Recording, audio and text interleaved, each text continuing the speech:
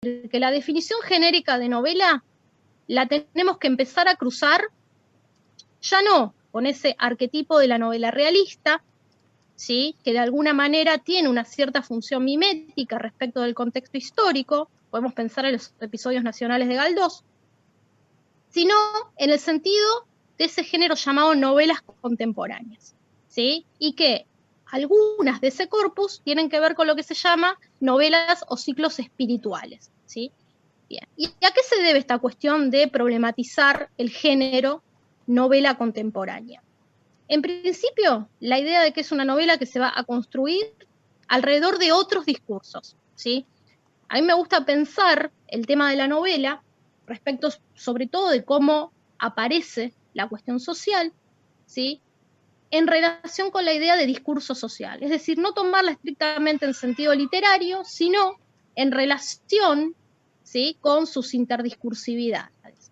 Para esto, si les interesa, como suele haber bastante gente de lingüística, ¿sí? Por acá, que dice las literaturas no me gustan, bueno, la literatura se puede pensar también desde la lingüística y en especial desde el campo del análisis del discurso, ¿sí? Hay un hermoso librito de Marc Angenot que se llama El discurso social, ¿sí?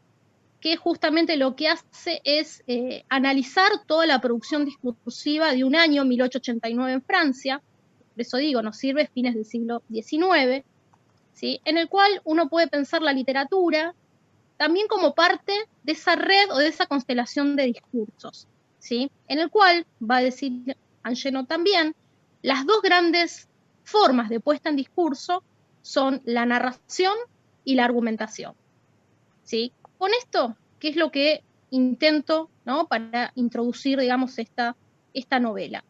Que todos esos discursos que van a dar, digamos, este resultado llamado novela contemporánea, tienen que ver también con una pregunta central que es cómo se define cuál es la función de la literatura, ¿sí? En el contexto de fines del siglo XIX. Y a partir de esta cuestión de los grandes modos de la puesta en discurso, narrar y argumentar, ¿sí? Que en Galdós van a estar siempre presentes, solo que en esta novela y en términos también de pensar lo social, ¿sí? Como aquellos límites entre lo pensable y lo decible, es decir, no se puede decir más de lo que determinado contexto sociopolítico, discursivo me impone, ¿sí? Entonces, dentro de esos límites de lo pensable y lo decible, es decir, todo lo que uno pueda decir, todo lo que uno pueda pensar, no es original. De alguna manera, pertenece en su producción, ¿sí? a unos contextos materiales, ¿sí? Económicos, políticos, sociales, etc.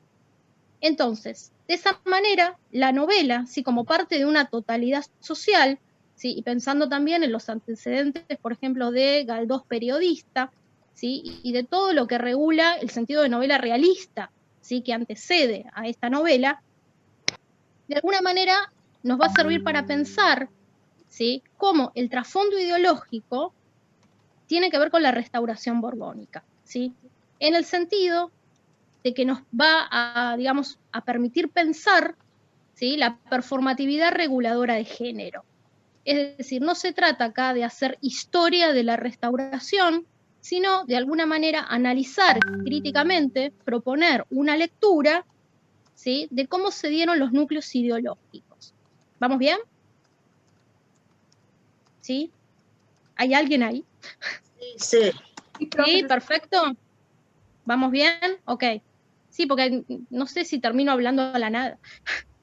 Bien, para que tengan más o menos idea, ¿sí? Sobre qué es esta cuestión, ¿sí? De la performatividad reguladora de género, que no solo tiene que ver con cómo se construye lo femenino, sino también los modos de masculinidad, y para eso tienen que pensar en Don Lope, ¿sí? Y en la construcción de Horacio, que se hace en esta novela, es decir, Tristana, hasta qué punto, pese a que la novela lleva su título, termina siendo un personaje central acá, ¿sí? Es un personaje central, o de alguna manera, como les pongo yo en las notas, tiene que ver con cómo se hipostasía, ¿sí? Es decir, cómo se vuelve en realidad una realidad, un objeto, si se quiere, general, ¿sí? Producto, por otro lado, de las relaciones que se establecen entre narrador y Don Lope, ¿sí?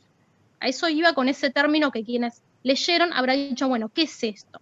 ¿Sí? Bueno, en términos de un objeto general que en realidad se determina por su relación con otros objetos, ¿sí?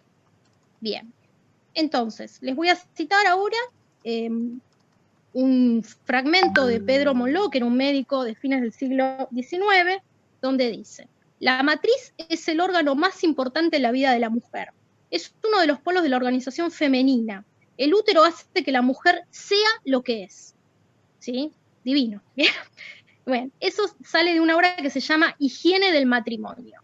Es decir, de alguna manera el matrimonio como dispositivo de cura, ¿sí?, a todas aquellas pulsiones, ¿sí?, que se puedan llegar a dar y que de alguna manera la sociedad tiene que poder normar, tiene que poder justamente limitar, ¿sí?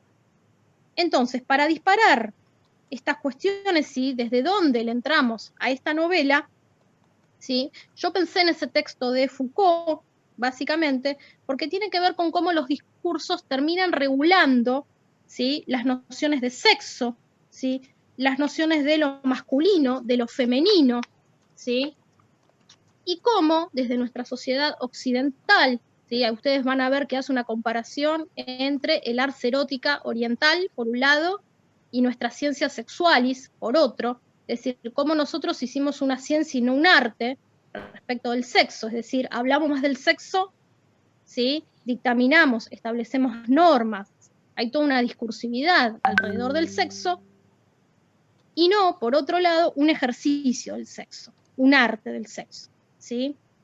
Entonces, cómo en última instancia el sexo se terminó subordinando a una moral, es decir, a un discurso, ¿sí?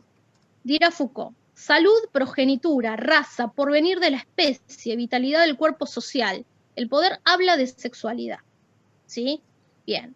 En ese sentido, lo que vamos a ver también en esta novela son cuerpos que se construyen culturalmente, ¿sí? Si bien no es algo nuevo, ¿sí?, pensar la manera de narrar y de poner tan en escena estas corporalidades, ¿sí?, nos termina dando cuenta que los discursos acerca de los cuerpos también performan subjetividades, ¿sí? De acá supongo que se van a acordar de Austin, de alguna manera, ¿no? El decir es el hacer, ¿sí? Entonces, decir que el género es una construcción, y ahí estoy siguiendo a Judith Butler, ¿sí?, no implica que sea una ilusión, algo ficticio, ¿sí?, sino que va a haber una producción discursiva que de alguna manera va a decir, ¿sí?, y acá vuelvo a relacionar con lo que había mencionado de Marc Angenot, qué es lo aceptable, qué es lo legitimado, ¿sí?, en esa relación binaria hombre-mujer, masculino-femenino, ¿sí? Bueno. Cuando se corta volvemos a entrar, ¿sí? ¿Hay alguien ahí? Sí. ¿Sí? Bueno. Sí, profe. Gracias por estar. Bueno, gracias por estar. Gracias por venir. Bueno, la univocidad entonces de género. No, de nada. Yo vieron que voy a la guerra, no hay problema. Entonces, ¿sí?, dirá Judith Butler en El género en disputa, ¿sí?, la univocidad de género, la coherencia interna del género y el marco binario para sexo y género son ficciones reguladoras, ¿sí? ¿A qué va con ficciones? A que son relatos, mandatos, ¿sí?, disposiciones jurídicas que de alguna manera van a reforzar y naturalizar los regímenes de poder, ¿sí? Bien. Entonces, la sexualidad también se vuelve politicidad, ¿sí? Porque la gran pregunta acá, siguiendo el eje del programa, ¿no?, y la introducción que hizo Marcelo, ¿sí?, tienen que ver con qué pasa con estos cuerpos. Estos cuerpos son cuerpos políticos, ¿sí? Hay muchos críticos que han leído en Tristana una metáfora de la restauración. Bueno, yo les voy a agregar como hipótesis, es mi lectura, me la pueden contradecir, obviamente, que en realidad está funcionando como metonimia. Es un efecto de la restauración, ¿sí? Bien, sigo. Entonces, pensar esta novela en términos de politicidad, de cuerpos que tienen carga, digamos, política, pero no de discurso político, ¿sí? Es decir, cuerpos que cargan con funciones políticas, pero no es una novela de discurso político. ¿A qué voy con esto? Quizás nosotros podemos ver en otras novelas de Galdós, ¿sí?, específicamente, insisto, en los episodios nacionales, ¿sí?, por si les interesa verlo, que hay una intención específica en el narrador de argumentar. Ahí está. Hay una intención en el narrador de argumentar, de proponer una tesis, ¿sí? De que esa novela sea leída en un sentido determinado, ¿sí? Bueno, en Tristana ya no tenemos tesis, ya no hay una intención explícitamente política, ¿sí? De hecho, ¿empezaron a leerla? Sí. No quiero ser spoiler. No quiero ser spoiler. Sí. Bueno, Sí. bueno.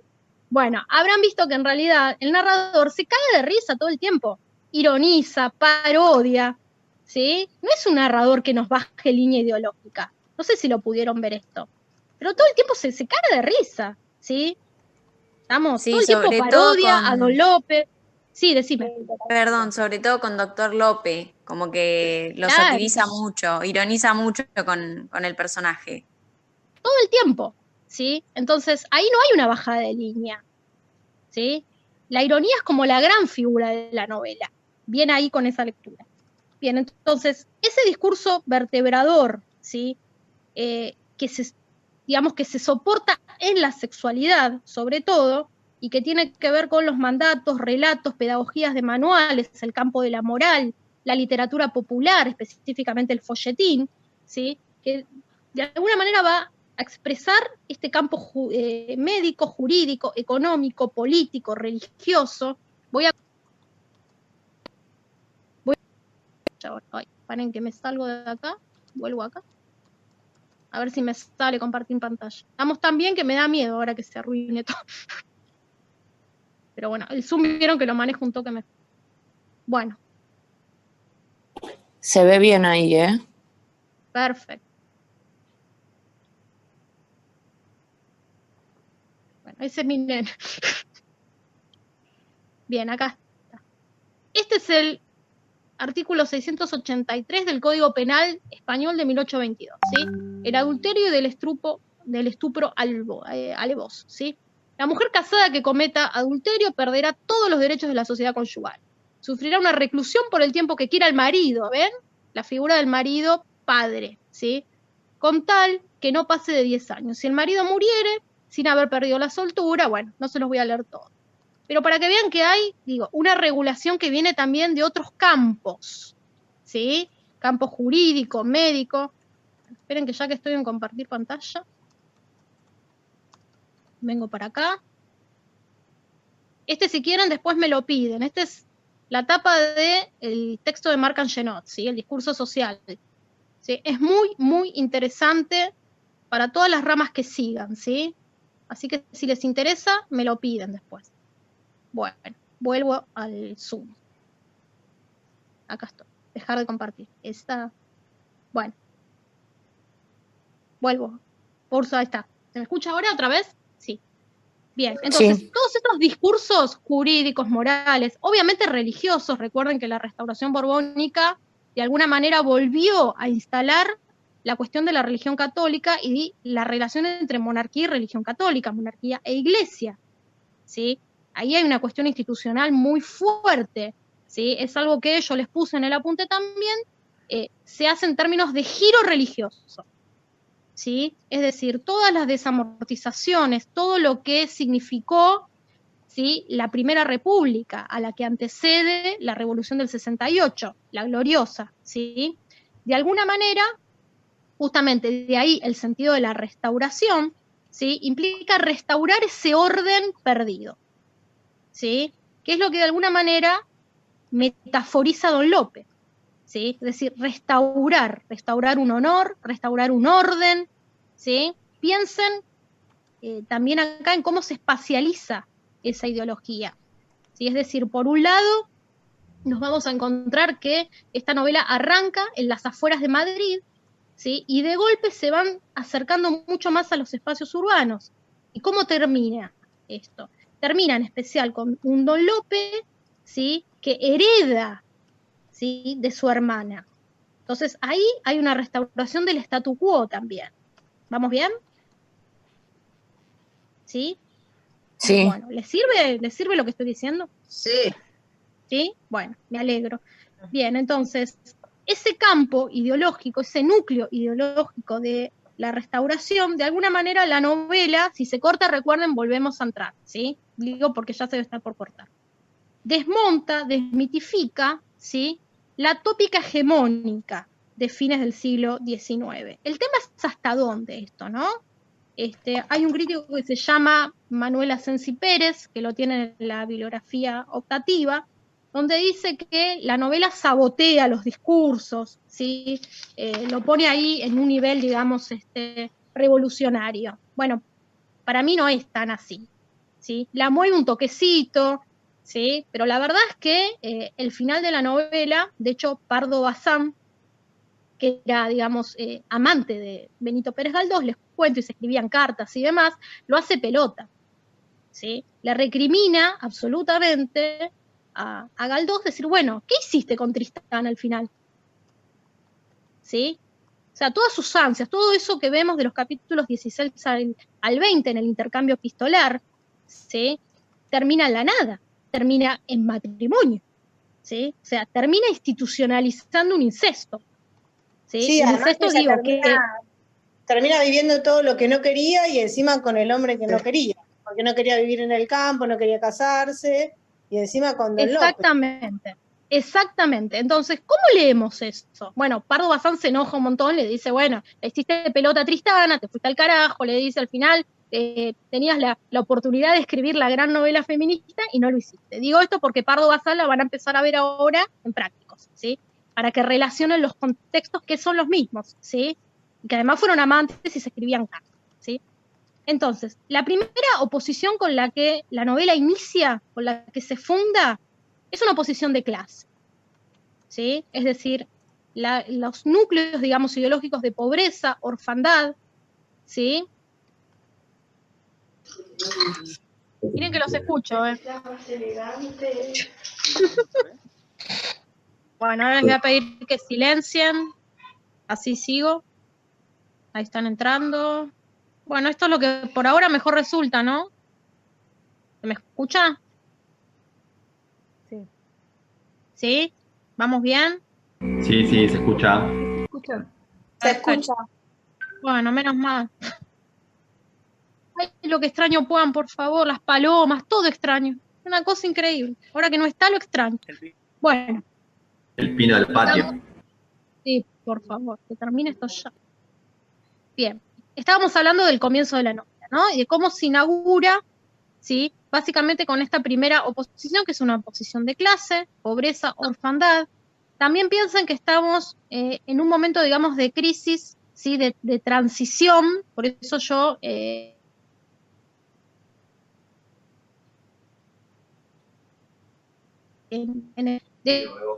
transición y lo que se transa, ¿sí? Juro eso. Bueno, la primera transición que hay que ver es la transición, si pueden, es la transición económica. Piensen que estamos básicamente... Ahí los estoy escuchando. La gente con los micrófonos prendidos. Estoy escuchando toda la doxa. Estoy escuchando todas las conversaciones, con lo chusma que soy encima. Bueno, continuamos. Bien, entonces, esa primera oposición de clases, sí, que tiene que ver con la pobreza, con la orfandad, pero también, como dije, con un momento de transición, ¿sí?, con un momento de crisis en lo económico. Es decir, ese paso que va, digamos, de la oligarquía agraria, si piensan que generalmente cuando hablamos de periodos republicanos, lo primero que se piensa hacer a nivel económico son las desamortizaciones, ¿sí? ¿Qué son estas desamortizaciones? Básicamente sacarle, ¿sí? Entonces, vamos a ir de esa transición, digamos, de la oligarquía agraria, la vieja aristocracia, ¿sí?, a la burguesía ascendente, ¿sí? Entonces, por eso es que también hay una cuestión ahí con el dinero, ¿sí?, con lo que se da y lo que se intercambia, ¿sí? Y la idea también de Tristana como, digamos, pago de una deuda, ¿sí? O sea, ese es el momento, digamos, iniciático de la novela, fundacional, que básicamente está ligado lo sexual a lo económico, ¿sí? Entonces, la cuestión de que termine básicamente institucionalizado este incesto que es simbólico, porque no son padre e hija claramente, ¿sí?, tiene que ver también con la idea del matrimonio como contrato económico, ¿sí? Y la idea también de la procreación, no como parte del deseo, sino como continuidad del linaje, ¿sí? Es decir, la sociedad también se tiene que poder reproducir, ¿sí? Por eso aparece esta idea fundante del nombre del padre, ¿no? El nombre del padre, ¿sí? La novela entonces inicia con esto, ¿sí? Y ahí, fíjense, les voy a leer cómo arranca, ¿no? En el populoso barrio de Chamberí, es decir, barrio popular, ¿sí? Más cerca del depósito de aguas que de Cuatro Caminos, vivía no a muchos años un hidalgo. ¿A qué le suena esto de no a muchos años? Porque acá también interviene otro mito, ¿sí? Que también es el mito de Don Quijote, ¿sí? Cuando se habla del hidalgo, ¿qué era un hidalgo? ¿Qué es un hidalgo en España? ¿Qué carga semántica tiene? Ser un hidalgo viene de fijos dalgo, no sé si alguno cursó Española 2 por acá, Historia de España, fijos dalgo, o sea, la nobleza sin título, la nobleza que se sostiene porque parece ser nobleza, ¿sí? Por todos los rasgos de identidad que hacen a un noble, ¿sí? Pero no con lo fundamental, que es lo económico y básicamente un título noble, ¿sí? Bien, un hidalgo de buena estampa y nombre peregrino. Y acá aparece ya, nos adelanta la función del narrador, ¿sí? Que va a ser absolutamente irónica. No aposentado en casa solariega, recuerden que vive en pensión, o sea, tiene criadas, pero en realidad funcionan como una familia, ¿sí? No como rasgo de nobleza. No aposentado en casa solariega, pues por allí no la subo nunca, sino en plebeyo cuarto de alquiler de los baratitos, ¿sí? Fíjense ahí también, ¿no? La disminución, ¿sí? Con ruidoso vecindario de taberna, merendero, cabrería y estrecho patio interior de habitaciones numeradas, ¿sí? Y acá viene otro dato importante. La primera vez que tuve conocimiento de tal personaje, otra clave de lectura. En este párrafo ya, digamos, se nos dan todas las claves, digamos, de lectura de la novela, ¿sí? La idea de personaje, ¿sí? Es una novela que va a estar trabajando todo el tiempo sobre su propia reflexividad, digamos, metaliteraria, ¿sí? Es decir, cómo se construye una novela, qué es hacer una novela moderna, ¿sí? Fíjense que habla de tal personaje, ¿sí? Está hablando de la creación del personaje también. Y pude observar su catadura militar de antiguo cuño, algo así como una reminiscencia pictórica, es decir, no el recuerdo, digamos, sobre el objeto real, ¿sí? En este caso está hablando de los tercios de Flandes, que era, digamos, un cuerpo militar español, ¿sí? Sino de la reminiscencia pictórica. Esto también nos va a estar anticipando, ¿sí? La cuestión de juego que hay respecto de la ficción y su enlace con otras artes, ¿sí? Y que tiene que ver también con las metamorfosis que va a pasar Tristana, ¿sí? A partir de, digamos, esas interrelaciones, ¿sí? Respecto de otras artes, ¿sí? Recuerden, la pintura, ¿sí? La música y la gastronomía hacia el final. Bien, dijéronme que se llamaba Don Lope de Sosa, nombre que trasciende, acá viene otra vez, al polvo de los teatros o a romance de los que traen los librillos de retórica. Otra vez la alusión, ¿sí? A la reflexión que va a hacer la propia novela sobre el género, ¿sí? Sobre cómo se construyen los personajes. Supe que la partida de bautismo rezaba Don Juan López Garrido. Ahí aparece el tópico del Don Juan, ¿sí? Para eso les di, digamos, el texto de Rousset, para ver de alguna manera también cómo Galdós, ¿sí? Lo va, digamos, a enfocar desde otro lugar, ¿sí? Desde una de lo que llamamos retorsión, que ahora voy a explicar qué es y que tienen, insisto, en el apunte, ¿sí? Don Juan López Garrido, resultando que aquel sonoro Don Lope, otra vez fíjense, lo sonoro, ¿no? Era composición del caballero, otra alusión a la reflexión, digamos, metaliteraria, ¿sí? Con un precioso afeite aplicado a embellecer la personalidad. Bien, ahí tenemos entonces, como dijimos antes, la cuestión económica con que se inicia, ¿sí? Y por otro lado, la cuestión metaliteraria, cómo se construye la novela moderna, ¿sí? Bien, en otro momento dirá el narrador, ejercía un despotismo seductor, ¿sí? En relación al tópico del Don Juan. Y por otro lado, recuerden que el difunto de Saturna, ¿sí? Muere en el andamio, se cae del andamio en las obras del banco, ¿sí? La idea ahí, ¿no? Del progreso moderno, de la construcción de la burguesía, de la bancarización, ¿sí? Como una amenaza también al orden, ¿sí? Al orden justamente conservador. ¿Vamos bien hasta acá? Sí. ¿Sí? Bueno. Sí. Entonces, la idea de este modelo de Estado, ¿sí? Que básicamente es el ascenso de la burguesía, ¿sí? Permite entender diferentes subjetividades, ¿sí? Que de alguna manera van a modelizar. ¿A qué voy con esto de modelizar? A que nos van a mostrar justamente distintas representaciones de mundo, ¿sí? Que van a manifestar estos personajes, ¿sí? El principal o el núcleo que los conjuga tiene que ver con la familia, ¿sí? Y ahí aparece la cuestión de la retorsión. Es decir, la familia para la burguesía es la célula basal de la sociedad civil, ¿sí? Entonces, cuando uno habla de retorsión, que es una figura retórica, por si no la tenían o nunca habían escuchado hablar de ella, significa meterme, digamos, en el mismo campo semántico, campo de sentido, ¿sí? En el que estoy, en este caso el de la restauración, para desde ese lugar darlo vuelta, ¿sí? Para que, a ver, lo puedan entender. No sé si escucharon, bueno, alguna vez o leyeron la Biblia tercermundista. Bueno, es un poco, digo, manejarse, digamos, en el mismo campo, ¿sí? Retórico, sobre todo, y desde ese lugar empezar a dar vuelta a los conceptos, ¿sí? Eso significa la retorsión, ¿sí? O, por ejemplo, cuando los políticos imitan a los curas evangelistas, por ejemplo, ¿sí? Eso Massa lo hacía bastante. Bueno, continúo. Entonces, ese efecto de retorsión acá tiene que ver con que hay una familia, pero no es, digamos, la representación o la modelización de la familia, ¿sí? Tradicional española, ¿sí? En este caso, lo que subyace a la noción de familia es el goce perverso, es decir, la simbología del incesto, ¿sí? Bien, en ese sentido, ¿sí? Lo que aparece ahí también es, de alguna manera, el fracaso, ¿sí? De la revolución, de la gloriosa, obviamente, el fracaso del republicanismo, ¿sí? Y la idea de la novela con una función de denuncia, ¿sí? O de tesis, como mencioné anteriormente, ¿sí?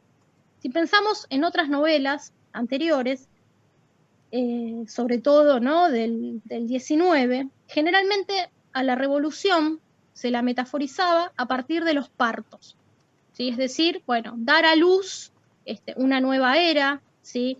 Dar a luz un nuevo comienzo, ¿sí? Una nueva historia, ¿sí? Bueno, acá no hay procreación, no hay hijos, ¿sí? Cuando Horacio en las cartas le propone justamente tener hijos Tristana, ¿sí? Lo primero que dice, si tenemos es mío, ¿sí? Con lo cual ahí hay todo un juego retorsivo, ¿sí? Esos conservadores, ¿sí? El problema es que el desenlace es lo que a nosotros nos va a generar una tensión, ¿sí? Con lo que parece suceder, ¿sí? En los capítulos 16 al 20, que son los únicos capítulos en los que Tristana tiene voz. Después Tristana enmudece. Por eso no es casual que aparezcan los sordomudos, ¿sí?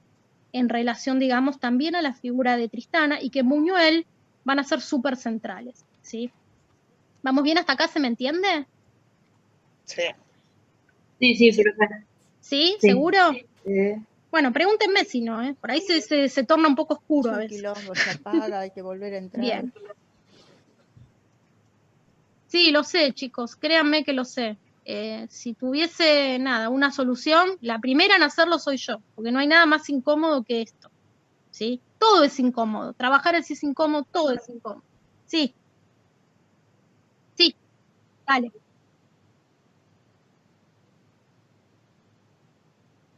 Sí, claro, la familia es la célula basal, o sea, tiene un destino que es la procreación, la continuación de la genealogía, ¿sí? En la que se dictan las normas, en las que hay toda una pedagogía de lo moral, ¿sí?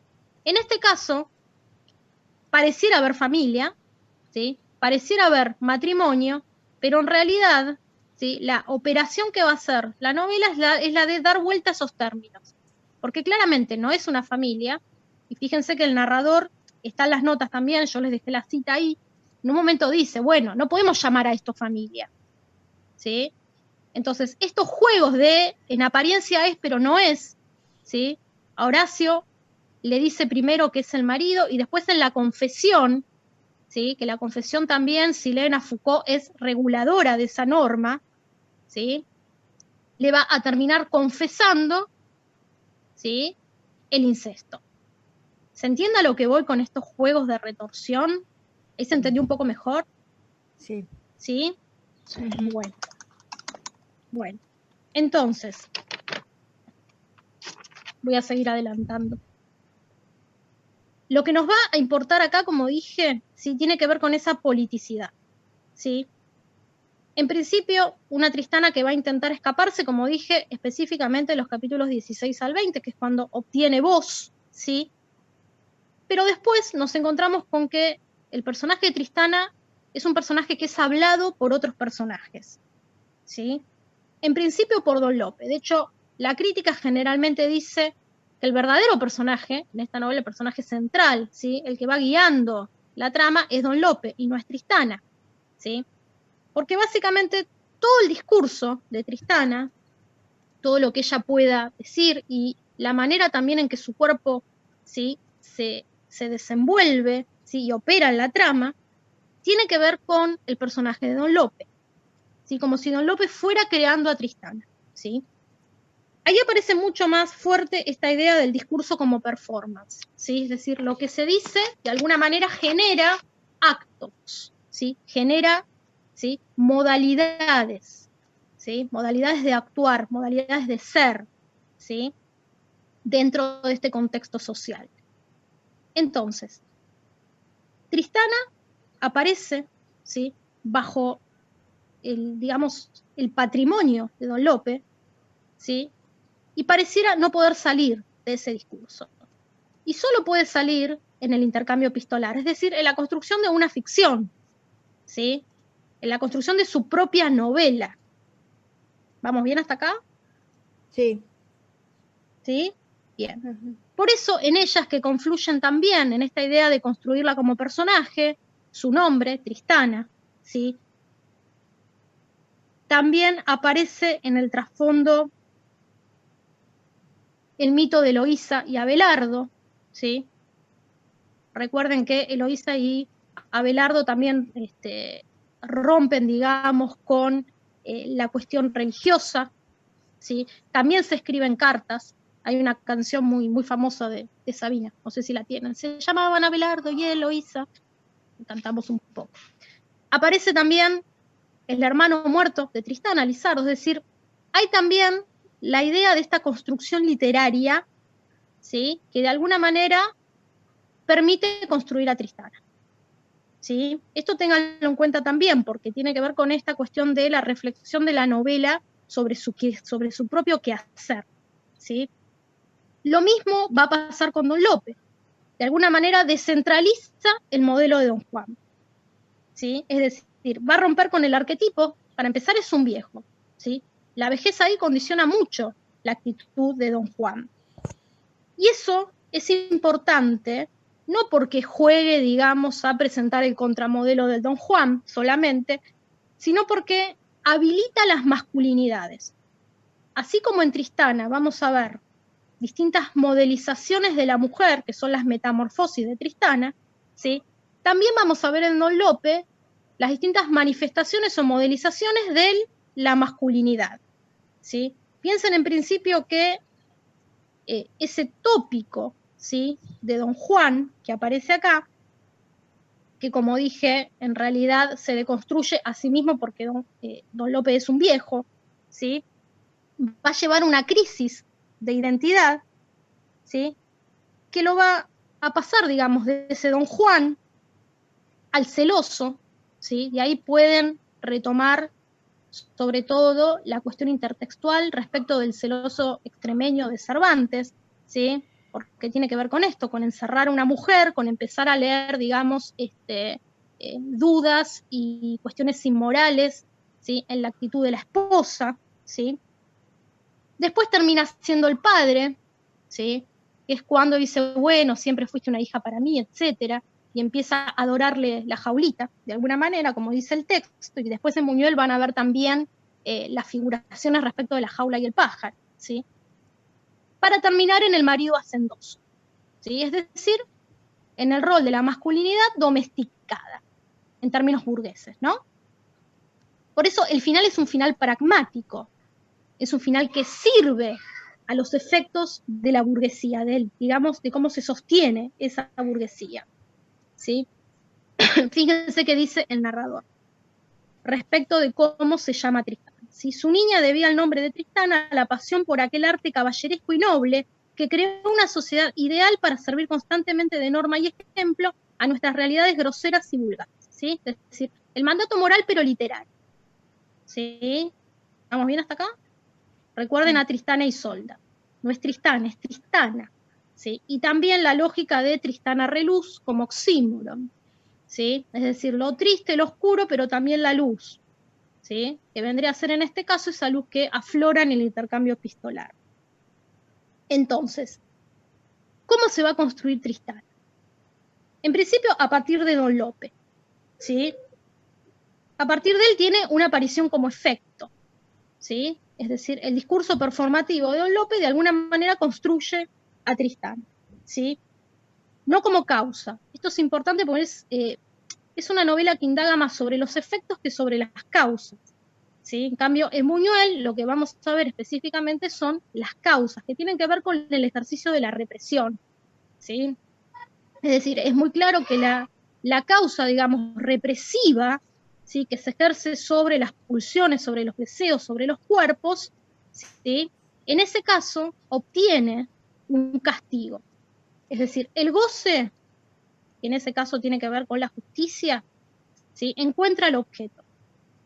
En cambio, acá nosotros nos encontramos simplemente con los efectos, es decir, con los resultados, ¿sí? Por eso en un momento Tristana, si encuentro la cita, estoy tratando para que me entre todo hoy y no tener que pedir una clase más, ¿sí? En un momento le va a decir Tristana que su infidelidad es el castigo para Don Lope, ¿sí? Y en realidad, si uno va a las bases del mito, quien castiga es alguien exterior, ¿sí? O es el difunto, o es el comendador, ¿sí? En este caso es Tristana la que cree, ¿sí? Castigarlo con una infidelidad que no es tal, porque si vamos al caso, es una infidelidad retórica, ¿sí? Porque paradójicamente, si uno piensa en esta cuestión de la infidelidad o de la novela de adulterio, ¿sí? Con quien en realidad tiene sexo Tristana es con Don Lope, no es con su amante, ¿sí? Entonces, eso también hay que verlo en términos de cómo no se sigue al mito, ¿sí? Y pensar también cuál es la función ahí, que tiene que ver, insisto, con mostrar, ¿sí? Que esa revolución o ese discurso respecto de lo revolucionario, y más que nada en términos del género femenino, termina siendo una ficción, termina siendo un discurso. ¿Vamos bien hasta acá? Sí, sí. ¿Sí? Bien, entonces, de alguna manera uno puede pensar, y la clase que viene vamos a ir específicamente sobre la función del intercambio epistolar, que es súper importante en la novela, ¿sí? Que lo que se está volviendo tabú acá, ¿sí? Es el deseo de la subjetividad. Por eso aparecen las cartas, ¿sí? Y que en última instancia es el deseo de literatura, ¿sí? El de poder, digamos, presentar una novela moderna, autónoma, ¿sí? Que de alguna manera esconda una moral contramodelizadora, ¿sí?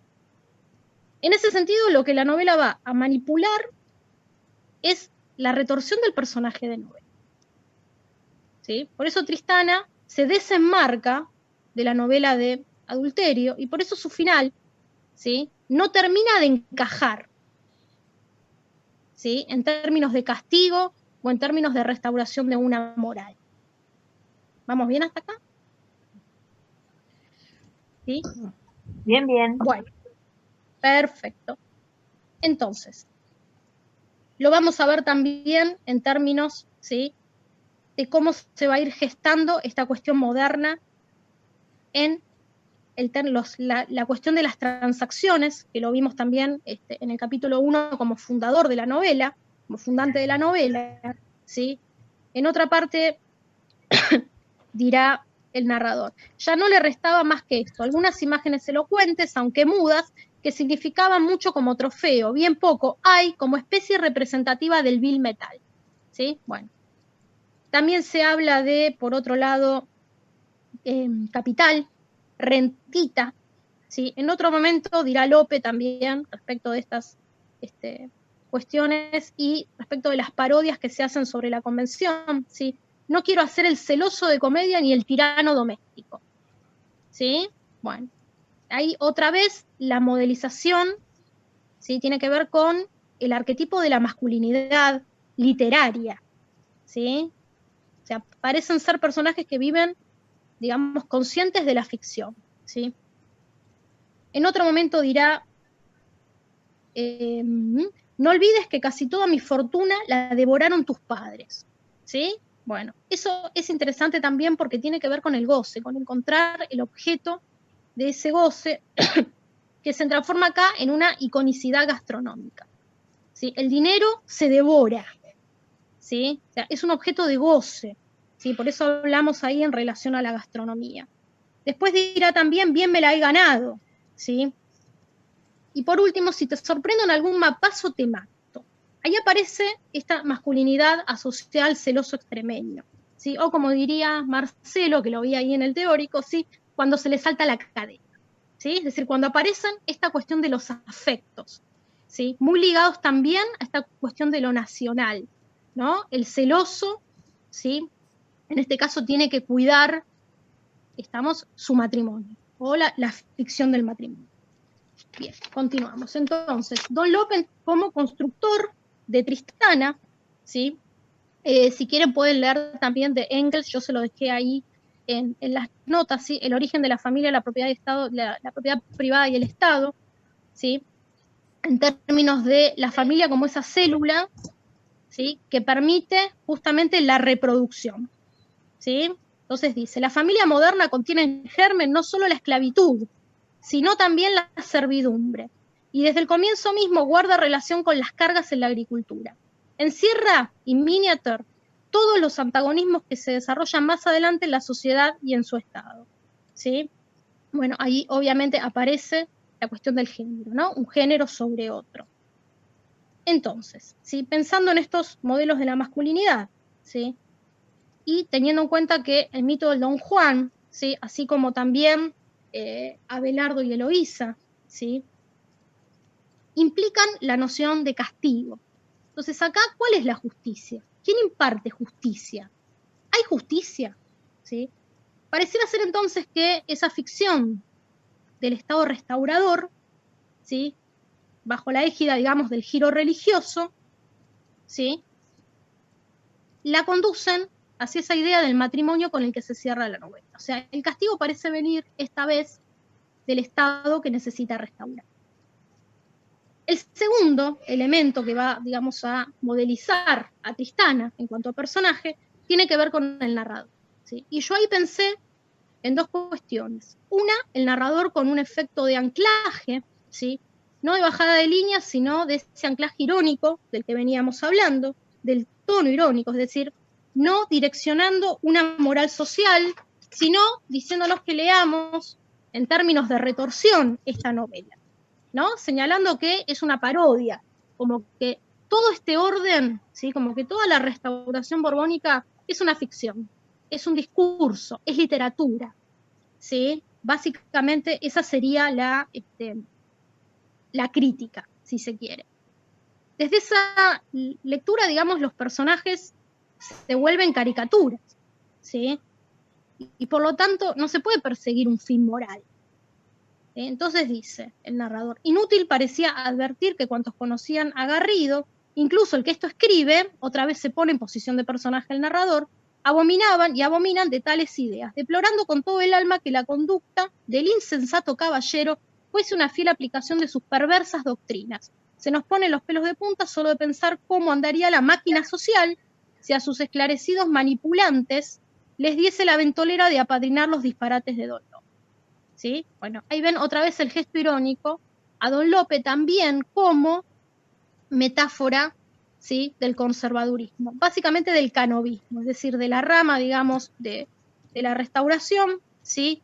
Que de alguna manera pugna, ¿sí?, por conservar esos valores que ya no existen más que en el discurso, ¿sí? Bien, continuemos. Entonces, esa función primero como anclaje, ¿sí? Por otro lado, nos vamos a Profesora, encontrar... Sí, dígame. sí, Decime, cuando dice espécimen del conservadurismo, dijo particularmente de, y no del entendí que canovismo. es Del canovismo, canovismo. Cánovas del Castillo. Viene de Cánovas del Castillo, ¿sí? Después, si tienen tiempo de mirar los videos, ¿sí? Es una, digamos, un enlace que uno puede pensar en términos de cómo ese personaje se construye a partir de la crítica, digamos, o de la asociación a un personaje histórico, ¿sí? Pero ¿por qué dije canovismo y no dije Cánovas? Porque claramente lo que me importa ahí es ver el efecto ideológico sobre el personaje, ¿sí? Es como un representante del conservadurismo, ¿sí? O sea, toda su idea de avanzada, etcétera, termina siendo un discurso, ¿no? Esta idea del matrimonio no sirve, etcétera. Entonces, ¿qué es lo que se intenta con eso? Bueno, volvemos a entrar, si quieren, yo no tengo problemas, ¿sí? ¿Les parece? Se cortan 10. Es re molesto, a mí también me está hinchando mucho los quinotos, pero bueno, es lo que tengo, chicos. Es lo que hay. Bien, continuemos. Sí.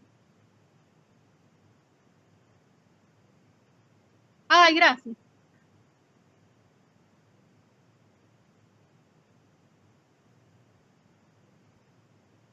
Ah, bueno, dale, buenísimo. Continúo. ¿Dónde me quedé? Bien, entonces, esta idea de no buscar un fin moralizador, sino buscar la humorada, ¿sí? Bien, la segunda función, a eso iba, ¿sí? Que tiene que ver, como dije, ya no con esa función de anclaje, ¿sí?, sino con la función de relevo, ¿sí? Piensan también, ya me estaba olvidando, ¿sí?, en un momento en que Don Lope dice, respecto de cómo se construye, digamos, esta función metaliteraria, nuestro Horacio se casa, ¿sí? A mí me pareció fantástico cuando dice eso, ¿no? Nuestro Horacio se casa, es decir, nuestro personaje, ¿sí? Y ahí aparece esta cuestión, ¿no?, de hipostasiar. Es decir, Tristana como el resultado de ese triángulo, ¿sí? Es decir, ningún personaje acá se puede entender sin el otro. Hay que entenderlos en términos de sistema, ¿sí? Y en otra parte que dirá Tristana, ¿no?, cuando dice el intríngulis, en un momento, ¿no?, cuando lo escucha hablar a Don Lope y lo admira y dice, bueno, qué cosas tan copadas que dice, ¿sí? Cuando dice el intríngulis, tiene que ver también con un concepto de ficción, ¿sí? Perdón, ¿ustedes están transmitiendo YouTube? Yo me estoy mirando ahora, ¿aparezco? Porque tengo la luz apagada. Voy a prender la luz en un rato. Bueno, ahora cuando salimos vuelvo a entrar. Entonces, ahí aparece este gesto moderno, ¿sí?, de la descodificación metafórica, ¿sí? También para que lo vayan, digamos, teniendo en cuenta. Y que termina, digamos, con una Tristana monstruosa, algo que Buñuel no va a pasar, ¿sí? Porque Tristana ahí, digamos, se embellece después del momento de la amputación. Bien. Y por otro lado, como dije, ¿sí?, vamos a tener estas figuraciones del narrador, ¿sí?, en términos de anclaje, ¿sí?, y también en términos de relevo, ¿sí? ¿Qué significa en términos de relevo? Y me voy pasando un poco más para adelante, porque si no, no termino más. Es básicamente la función de legitimación, ¿sí?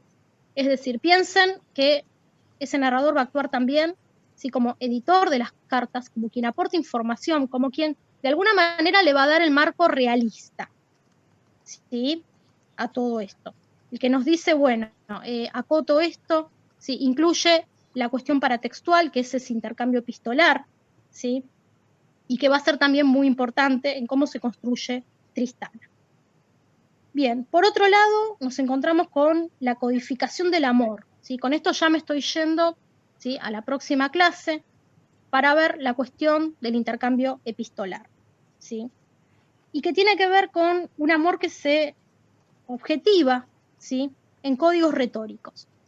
Es decir, es un amor más bien nominalista, sin objeto, ¿sí? Acá si quieren, bueno, podemos volver a Saussure y a Peirce, ¿sí? Es decir, no importa que tenga un objeto, ¿sí? No hay un goce en un objeto acá. Lo que importa es la retórica, ¿sí?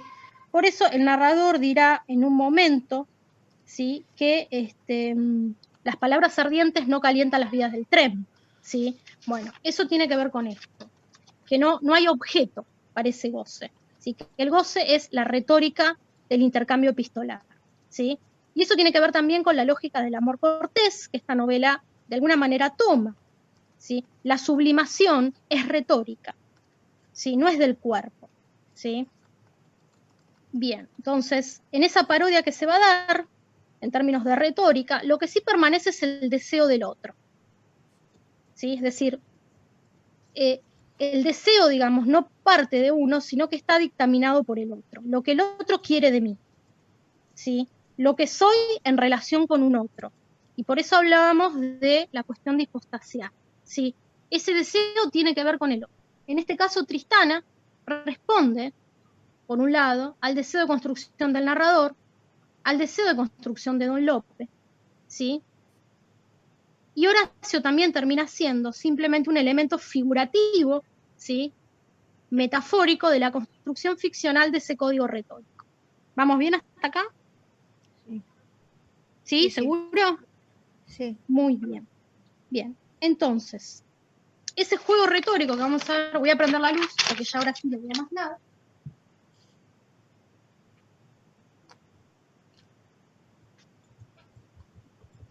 La próxima ya vamos a estar más, creo, mejor. Bien. Este juego de el amor, ¿sí? Lo vemos también cuando Tristana dice, a mí su decadencia, ¿sí?